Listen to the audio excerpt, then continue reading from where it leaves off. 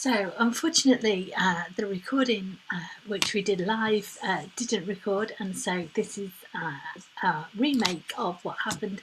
So apologies that there isn't the normal participation from people, but hopefully this will help you engage in some of the ideas about Muddy Church, what it is and why we do it, and some of the values behind it.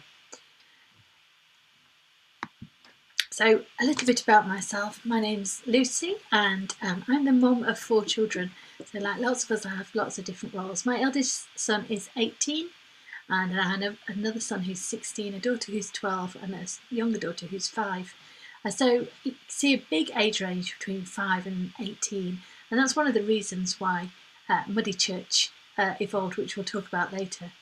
But I discovered during lockdown that these are all the key ages, and it's certainly been that normal fun and challenge of having looking at universities and what to do after sixth form, and starting a daughter in secondary school and hardly ever being there, and the joys of a year 1 child, and discovering how difficult it is to count on your hands, and how those fingers are really hard to count with. And so that's been some of the fun and the challenges, and I didn't even get onto fronted adverbials. My main job is I am a university lecturer at the University of Derby, and I teach on the education route for people looking at careers working with children and young people. And up until September, I was working for the Centre for Youth Ministry, where I was one of the lecturers leading the contextual ministry degree, and my specialism was children and families. And the modules that I taught and I'm passionate about are mission, communities, play and creativity for all ages.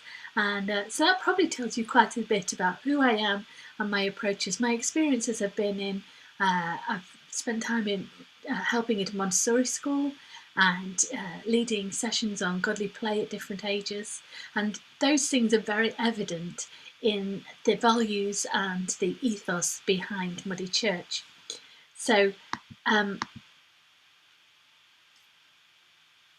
going to share my screen with you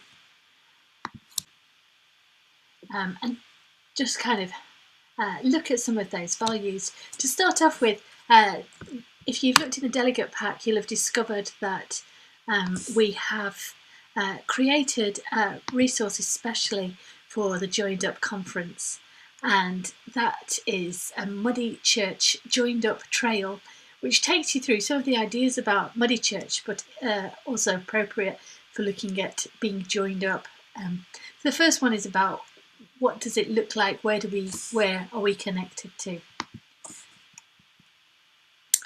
I'd like for you to watch this video and just to pay attention. It's about 1 minute, to pay attention to the different things that you notice, that you hear, or that you see, or even what you feel as you're watching it. Excuse the video, I'm not an expert at videoing at all, and you will see that there has not been edited in any way. There's been no sounds added, no films adjusted at all. This is as it happened. So take notice and let's have a wonder about what you see and what you notice.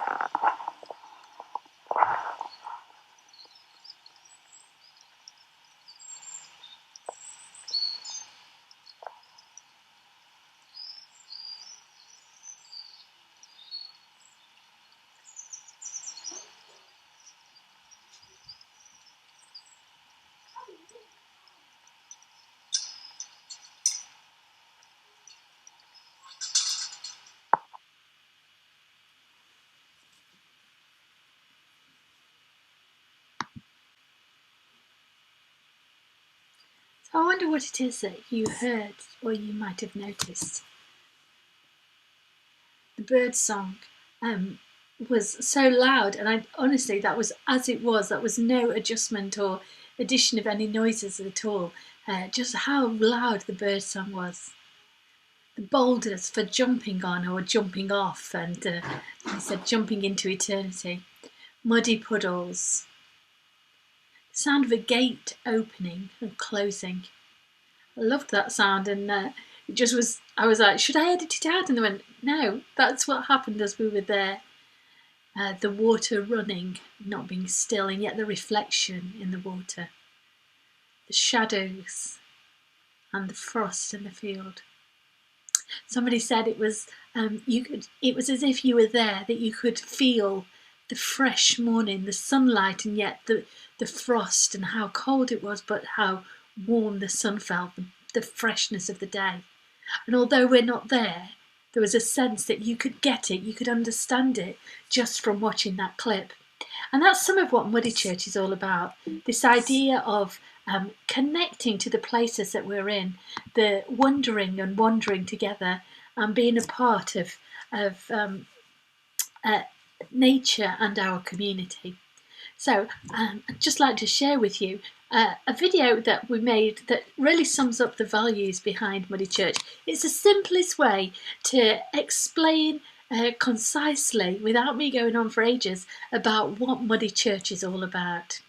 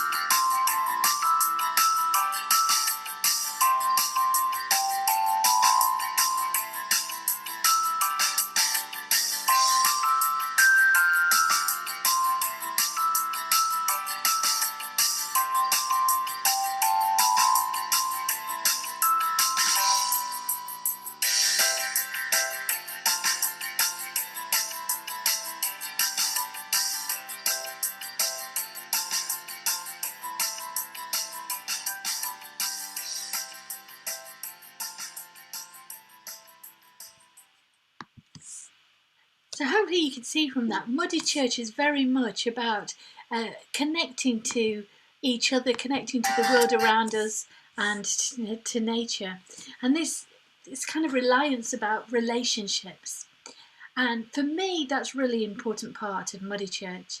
And Muddy Church isn't Lucie's great idea, and it's not a new thing. I've been doing it for almost 5 years, but even then, it's not new. It's not like somebody's just discovered something new, but actually it goes right back to the beginning. And when we look at that account in Genesis, in chapter 3, we see how God was walking in the garden. Adam and Eve had eaten the fruit and were hiding, and God walks in the garden and calls out to them. He said, "Why were you hiding?" And this opens up this whole sense and this imagery of the desire and the relationship with God and people. that he wants to walk in the garden in that relationship with people, and how important that is to walk beside, that he didn't design himself as a distant God, but as a God who came close and connected in nature.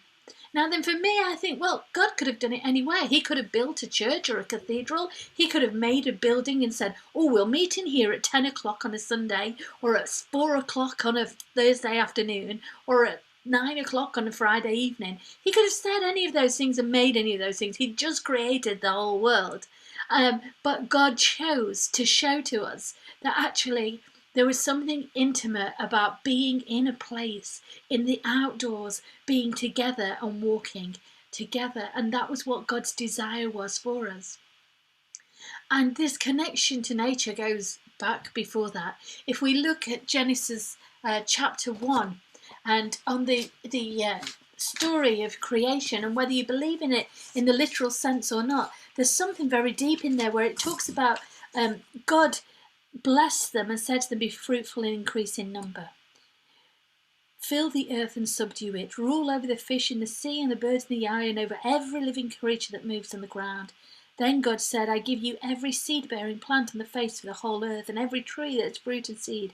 They'll be yours for food. To all the beasts of the air, and all the birds in the sky, and all the creatures that move along the ground, everything that has breath of life in it, I give every green plant for food. And it was so. And God saw that he had made, and it was very good. There was a relationship that God put into place. As he'd made the earth, he didn't just then add people as an afterthought, but when he created people, he put a relationship between us and every living thing, everything that had breath. He put a relationship with us in that. And that word about ruling over is a word about stewardship and responsibility. And I believe that's something so important for us, that when God created us, he created us to have a stewardship. And I don't know how you are. In my house, we have this phrase that I say to the children, attitude of gratitude, attitude of gratitude. And my husband just brought me up a drink during the break. And he put it down and I said, oh, thank you. And I then said, actually, I just made myself one. And he looked at me and I went, oh, it's all right, that'd be great. I'll have 2 drinks, that's fine. That's really nice, because I'm really thirsty. Because there's something when somebody gives us a gift about being grateful for it. Now, then I could have just gone, well, I don't want 2 drinks and gone and thrown it down the sink. But we don't do that when somebody gives us a gift. It's about saying thank you. Thank you that you bothered about me, you valued me. And I'm going to appreciate that. Even if it's a gift that you didn't want or you didn't like, there's something about appreciation and the fact that somebody bothered about you enough to give you something. And for me, that's that story in creation, that God gave us a gift. And it's our choice whether we go, oh, thanks for that, and don't bother, or whether we go, thank you for that, I'll treasure it, I'll look after it, I'll do what you asked me to do, because I'm grateful for what that gift is that you've given to me. And I believe that we have a responsibility to look after and take care of the world.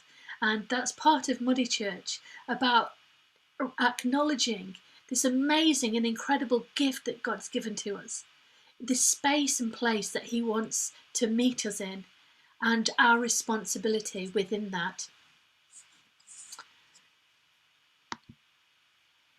So going back to our Muddy Church trail, the first slide takes us to a map of a place. It doesn't matter where the place is, but it's to encourage us to think about, where are you connected to?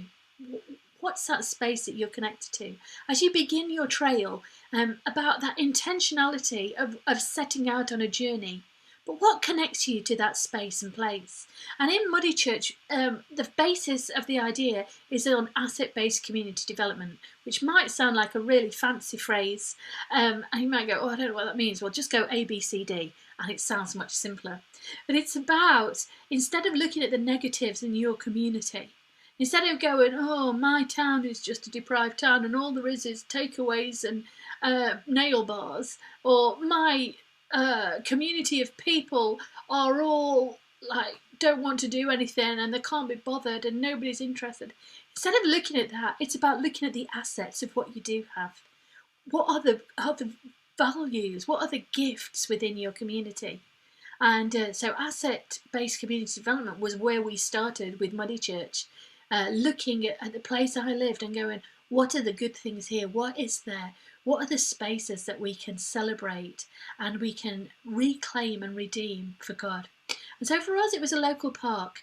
It's about moving outside the church, and it was about this local park that we could meet in on the edge of town.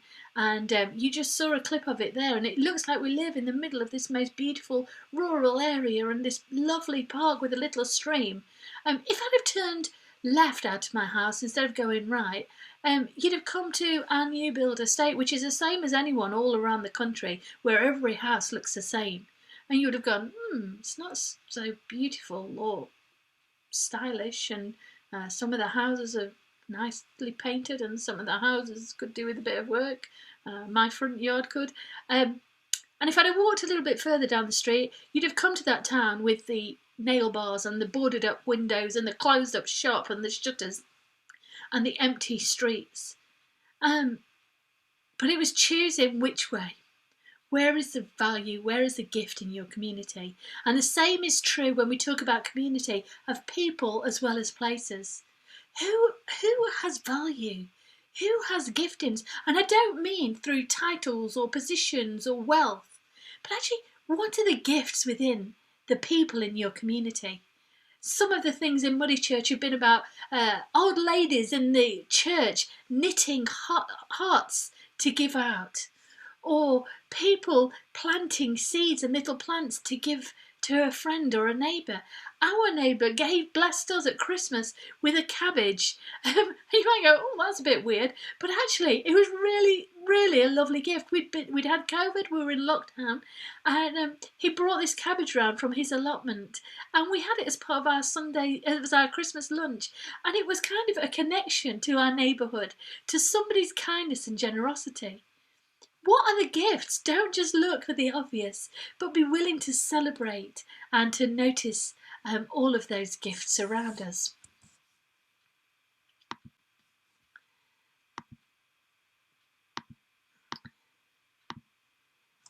So, Muddy Church, like everywhere, had to change due to lockdown and due to COVID and the different regulations about that. And one of the things that we used to do was gather together and wonder, and we invited people from all around the community to come and join with us. And we found something amazing that people would come who wouldn't normally come to a church, no matter how great the event was, no matter how wonderful the Christmas presentation was, or how fantastic the fun day was, they wouldn't come to the church. And yet when we said, would you like to come to Muddy Church? They were happy to bring their dogs or they bring their grandkids, people who were really grateful for having companionship and somebody to walk with or somebody different to have a chat with, parents who were grateful to go out with their kids and to be able to get some fresh air and see them running about. And it's this idea of the community and engaging in a gathering together. But obviously with lockdown and with regulations, we needed to look at other ways that we can continue to outreach to our communities, even if we can't gather as a group. And so one of the things that we found really helpful was this idea of trails that can be put up around your community, whatever that situation is, and engaging people to still be able to find God in those places. So lots of people say, well, how do I do that? How do you do a Muddy Church trail? So it's very, very simple. First of all, you can go on the website and find any of our trails. Have a look, pick the one you're looking for. Then choose your location. Where is the right place? Where is accessible? What's the point in your community that would work for Muddy Church? What's your treasure or your gift? I'm sure it's going to move on in a minute. Then have a look. Most of the trails have a QR code or they have a sheet. For some people, they want to use a QR code. It's really accessible, doesn't take up printing and wastes that. For other people, the sheet offers spaces without people needing to use data on their phone and things. Make sure you've got permission for where you're running the trail. Think about things like your risk assessment and insurance. Once you've got all of that, put your trail up. And it might be on the trees or the lamppost, it might be on boards within the church, on gates or in houses of windows or in shop windows. And then most of all, tell people about it. There's no use doing a trail if no one knows. Your options are, this can be an individual trail. So it might be one person wandering. It might be a family, a household, or a bubble doing the trail and wandering around wherever you set it out and just taking their time. For some people, they've made resource packs and put the trail into cards inside it with some other little goodies. Other people have chosen to use church grounds and set up a trail within the church grounds that people can access. But looking at spaces to gather together or apart, and thinking about what offers the social distancing or what also offers a sense of gathering, and how can we maintain that idea.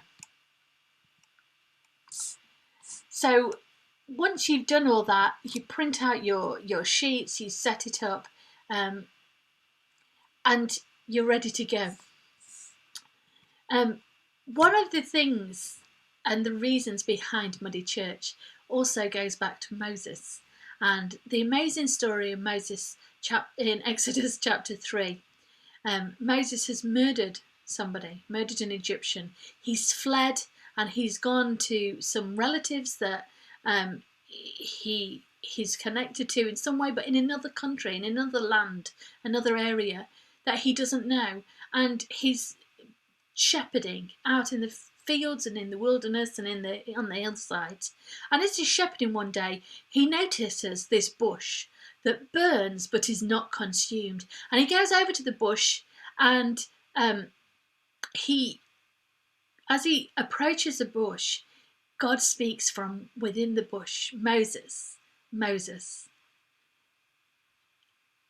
And then God gives Moses the most incredible role, job, or responsibility from this man who is a murderer, who's fled and run away. God speaks to him. And again, it's that idea, God could have done anything. You know, we hear other times in the Bible where God turns up as an angel or as a figure, a person, or even speaking through a donkey. God chose to speak through nature. And as he spoke through nature, he called out Moses' name. He wanted Moses to know he knew who he was. He wanted Moses to know he knew him by name. He knew all about him and he cared for him and had something for him to do. And that's what we believe for Muddy Church. We believe it offers this space for people to connect, to notice nature. And in noticing nature, to see and to hear God, and to meet a God who knows them by name, who values them, who cares for them by name, and wants to have a relationship with them. So for us, it's not about us telling people what God is saying, but allowing them to have that personal interaction with God and to encourage those moments of wondering and wandering. There's been some research recently that takes us to an idea of hopefulness, and the research by Howell and Passmore looked at how nature increases the sense of hopefulness within people. And you might go, oh, that's not really a surprise. But actually, it's great to have that scientific evidence that tells us, no, this is true. It's not just, oh, I think, nature helps us feel more hopeful. It's been proven that actually it has this effect within us that increases our hopefulness. And in a time where we are questioning and we are feeling disconnected and we're feeling lacking in hope, how important is hopefulness for all of us? Within that, Miles Richardson also talks about this idea of nature connection and the importance of it. It's not just about going outside and going for a run or going for a walk, but it's about a nature connection. So this increases our sense of well-being and who we are and our mental well-being, as well as, of course, of our physical and emotional well-being. But the nature connectedness, it didn't change if people just went outside. What changed was when people connected to nature. So when people looked at a picture of a flower, it showed an increase in their nature connectedness. When they went outside and smelt the flower, or looked at the flower and touched the flower, it increased it even more. And what we just did earlier with that little film clip of nature was about connecting with nature. What do you see? What do you hear? And as you do that, as somebody said, it's like you're there. You can feel it. It's so refreshing just to watch it for a minute. And there's something that is good for us, and it is truly good for our well-being when we connect with nature, when we find and notice those little things like Moses did. One of the challenges and one of the frustrations for me is seen in this graph from Miles Richardson. And we can see at ages 7 to 9, the nature connection is probably at the highest, or one of the highest levels throughout the lifetime. And we know that's true with children, where they run about outside, they're happy, they will, pick up flowers, they will touch the grass, they will get their hands dirty, or they will just enjoy being outside. And that decreases and then comes up again, from 30s and into the 40s and older, becomes quite a steady rate as people grow older.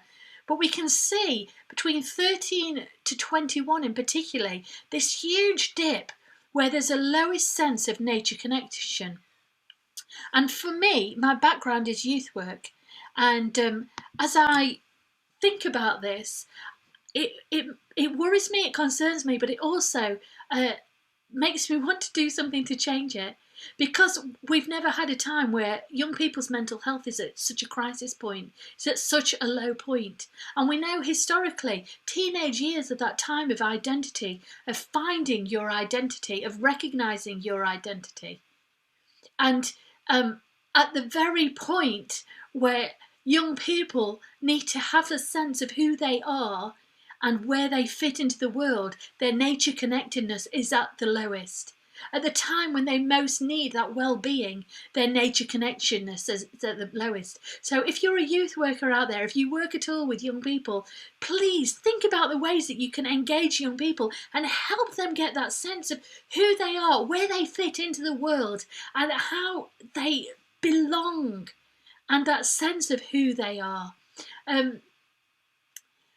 For me, I think people will say, "Oh, but Lucy, teenagers don't want to get outside. All they want to do is sit on the screen." Well, get them to use the QR code and go outside and do the trail, or get them to take photos from outside so they're noticing nature. Actually, young people love to be outside. When we offer them those opportunities. And maybe you remember, whether it was a camping trip, or sitting around a campfire, or sitting out at night looking at the stars, or hanging around somewhere with your mates outside. And there is something that young people do love about nature. And they are happy to get away from their screens if we offer them those opportunities. And the more we offer them the opportunities, the more their nature connectedness grows. One of the important things with nature connectedness as well is not just about our well-being. It's not just all about us. Actually, it increases our desire to change something in nature. So there's research again by Miles Richardson that talks about people, about 80% of people saying that they were concerned about the environment, but only 20% of people were doing anything about it, or would do something about it.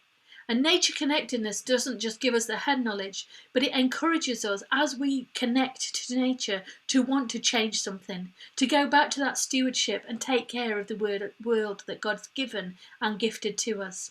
And it's part of that stewardship, part of that responsibility, but also part of our faith. Faith without works without deeds. Words without deeds. We've got to have a faith that is real and not just talking about making a difference, but actually thinking of the things and the ways that we can change that. And that's very much the heart of Muddy Church and what we want to do and what we want to encourage people to do.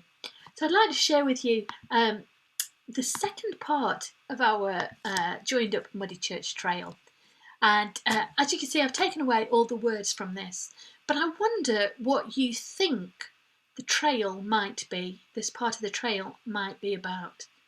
What on there do you see that makes you think, oh, so it might be about footprints or fingerprints, making a mark or leaving a mark, a knot, sounds, something to do with sounds, perhaps something to do with connection or centeredness.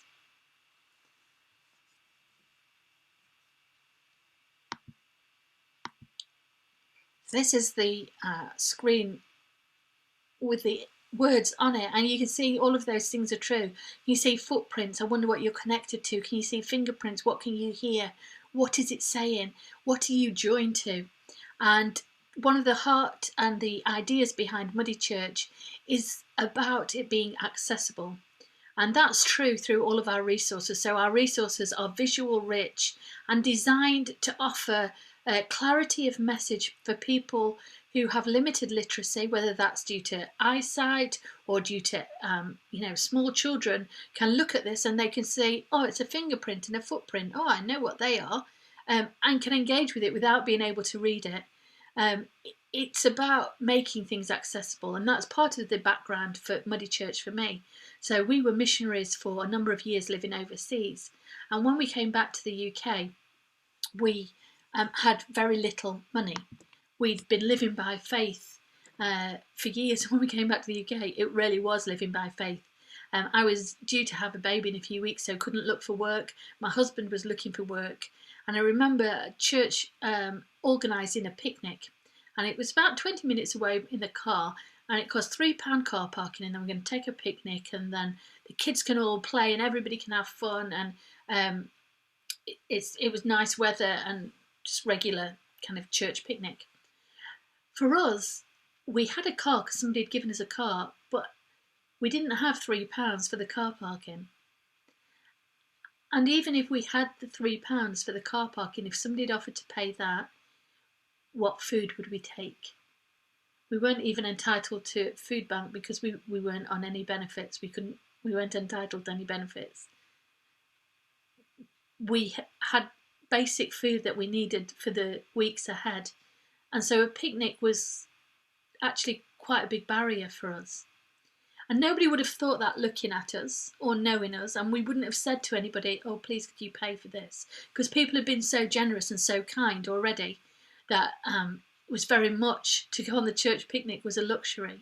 But also that meant our kids had to miss out, that they couldn't go with their friends on the church picnic and join in with the church thing. And when they're posting pictures of the fun they've had, our kids weren't part of it.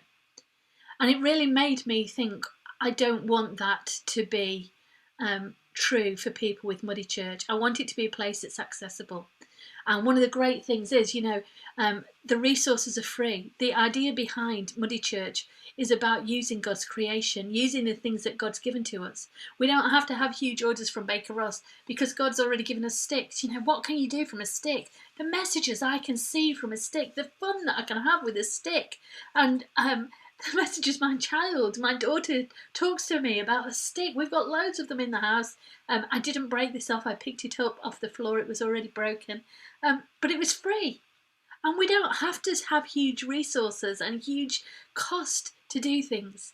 God's already given us loads of resources that are there in abundance that we can access and use and share his message with.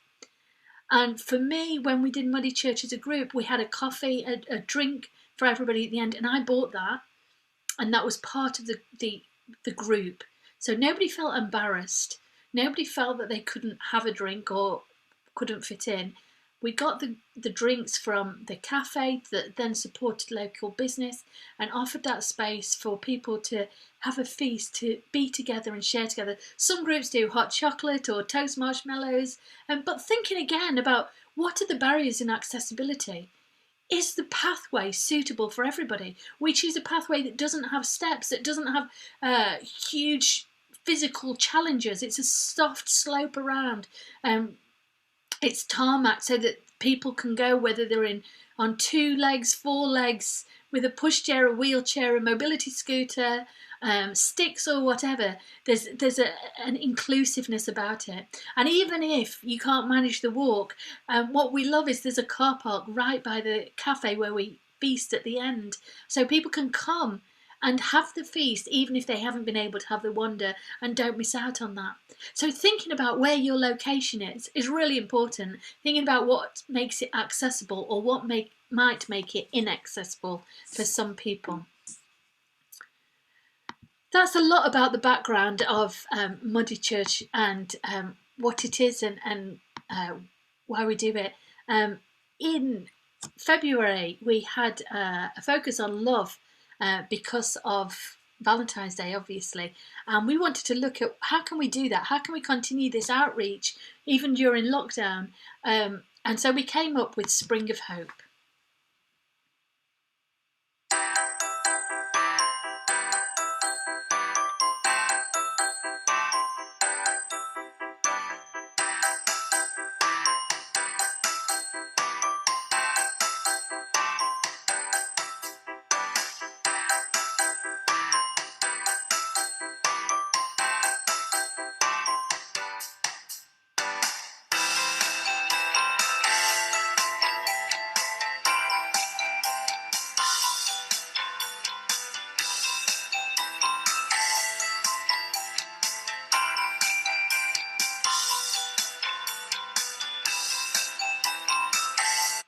The idea behind Spring of Hope is to take really, really simple ideas that can make a difference in your community, to share ways of hope and that message of hope, particularly coming up to Easter. So one of those is a hope tree. So on our estate, outside our house, there's this tree that's been planted by the developers, and they've put these metal railings around it. And in these big black metal kind of little fence thing, there's this tree growing. And I go, what an amazing symbol of lockdown, that even when we're locked down and enclosed and limited on what we can do, there's still that sense of hope and growth. So inviting people to put on messages of hope, to put on little tags, to put on ribbons, or something that just for them symbolises that hope and gives them a place to say, this is what my hope is for my community. This is what I'm hoping to do and hoping to see. And you might not have a tree. You might have a tree in the churchyard or something else. You might have a gate that people can tie it onto. But just thinking, so simple, the ideas and the ways of building opportunities to connect with our neighbourhoods and to remind them that we're there and there is hope. Some of the other ideas we've got and the resources, they're all available on the Muddy Church website, and they're all free. So the lady doesn't come inclusive on this. This is one of our ideas for Lent, which is 40 moments. And it's simply 40 different simple little moments that you can take in a day, or take 2 or 3. And nothing big about it at all. But again, trying to help us think about our lifestyle and our days and how we can alter what we do and just the joy that we can get by doing something that connects us to an intrusion to our normality. So it might be close your eyes for 3 minutes, try not to fall asleep, chase a butterfly, go for a backwards walk, be silent, read a story outside. Moments that we can do so easily but interrupt our everyday. We also had this idea about 40 bags, thinking about our lifestyle and looking at that desire to change our actions and to be purposeful in the way we live. 40 bags is about having different bags different days. So one day you might be clearing out that clutter in the drawer, sorting out all the rubbish and the pens, and that drawer that you're always going to get round to, and maybe it's just my house, suddenly discover you have got pens even though there's never one when you want it. I'm thinking, what clutter is there in my life? What do I put into my life that actually needs changing? And it might be a bag of clothes or toys that you sort out and clear out and give to the charity shop or pass on to a friend. And thinking then about, do I really need to go and buy something else? Where am I buying it from? Is it ethical? What's the root of this? I'm thinking about our consumerism and how we choose to consume things.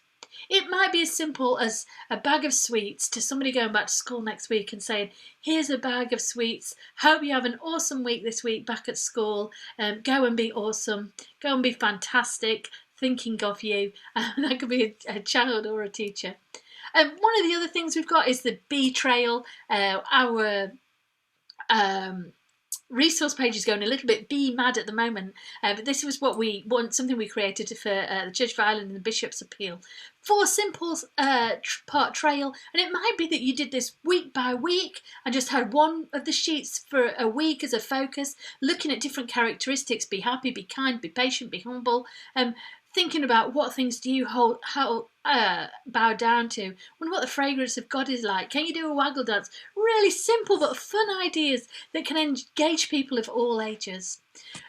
We have an Easter trail, and this isn't just designed for children, it's designed for all ages. It takes you through parts of the Easter story with different activities, different wondering questions, different ways that, again, we can connect with nature, from the Last Supper to what happened when even the light of the world died, the whole earth went dark, and thinking about what does that mean for us.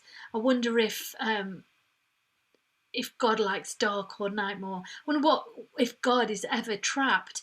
And simple ideas, and this could be great in schools where we can't go into schools, but this could be set up around the playground or within classrooms. It could be part of the RE lesson, or just a space for children to wander and to think about and to engage in the Easter story. And is such a simple way for us still to be able to connect with our schools and with children. We've got window stories, which are simple Easter egg shapes that you can colour in and decorate, and there's a devotion sheet to go with it, an idea for an activity. What can you see as you walk on the ground, and thinking about Palm Sunday and the leaves and collecting some leaves, and how does that feel? How does it feel when we meet people, when Mary anointed Jesus and the important people? Simple things to colour in. The Easter garden, we couldn't do muddy church without getting our hands dirty in the mud. So this has got a wander that invites you to go and collect some of the things around. Obviously being careful, we don't want to pick up a stone and take away some poor little beetle's house, but maybe to find some of these things around us as we go for a wander, and then coming back during the week and creating this Easter garden. This was brilliant last year, as people from churches took photos of their gardens, and then you could put it together on Easter Sunday and see this collection of gardens and how they're all different, and yet they all offer something special, reflecting on the Easter story. Brand new, it's not even been released yet, it's going to be announced on Monday, St. Patrick's Trail, Bread Trail, and it's taking the prayer of St. Patrick's for St. Patrick's Day and reflecting on that. And it's such a wonderful prayer. We don't just need to use it on St. Patrick's Day, but going through that prayer, that this is the second part where it says Christ in me, Christ beneath me, Christ above me, and having those things about connecting. What is beneath us? This amazing creation that's happening all beneath us. And where is God? I wonder if God is in this moment. So that is just some of the resources. Again, they're all free and available on the website. Everything is available to you. Muddy Church is totally free. You don't need to call it Muddy Church. You might call it Forest Church, Wilding Church, Mossy Church. You might not have church in the name at all. Whatever you want. You might use one resource and never use it again. You might have a regular group and use the resources. They're just there really to help you to find ways to connect. You do your own thing. That's absolutely fine. Call it Muddy Church. Don't call it Muddy Church. We honestly don't mind. All of the resources are created by me. I give them to you freely, and you can use them and adjust them, adapt them to have your church name on or whatever else you want. They are there for you. So equally, if I can be of any help at all to you, please get in touch. So you can get in touch with me at Lucie, Lucie, at muddychurch.co.uk. There's a link on the website that you can click through and send an email to me, and I'll get back to you. Or on the Facebook page, Muddy Wondering, Muddy Church, pop that in and you'll come to the Facebook page or the Facebook resource group, and just you can book an appointment and chat to me there. That's absolutely fantastic. The last thing is, especially for Joined Up Conference, we don't do merchandise and stuff like that, but we have availability for you to win one of 3 of our goodie bags. So like I say, this is very special for Joined Up Conference. So this wonderful eco-friendly bag that you can use for your muddy church wandering, or you can use for your shopping. Whichever you'd rather do.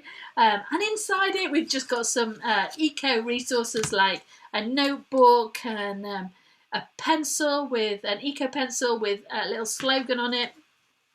I've got a couple of these pens which are absolutely fantastic. They're so tactile, made of cardboard, and just lovely to feel. They just feel nicer than having a chunk of plastic. And my favourite is our little Muddy Church treasure bag. And this is just for those little things that as you go on your wander, you might want to collect and put in your pocket and bring home and think about again. It might be a feather or a stone or a leaf, just a little treasure for you to have and to bring home with you. And like I say, they all come in this Muddy Church bag. So if you want to be in the draw for one of those, like I say, there's only 3 in the whole wide world. Just click on the Joined Up Conference on Muddy Church website, and it'll send you to an email to send to me, and I'll put your name in that. There is a closing date, so if you're watching this on record, just be aware that you need to get it in a certain date, otherwise you've got no chance. And they are limited resources. So thank you ever so much for your time, for listening, for sharing in this Muddy Church journey. If I can be any help, please get in touch. Obviously, every single Muddy Church is different because it's based in your community and your place and your people. And so if there's anything in the practicalities or in the questions, how do I use this resource, or how could I do this, or even have you got anything on, or could you create something on this, please get in touch, and we'd love to chat with you more about Muddy Church. But thank you so much for your time.